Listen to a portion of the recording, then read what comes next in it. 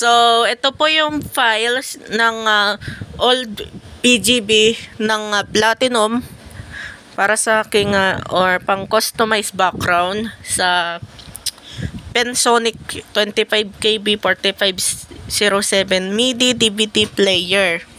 Ito po yun.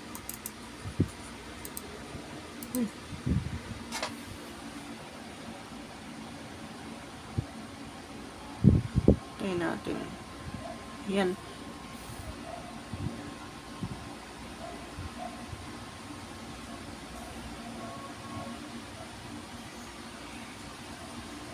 So, ayan po.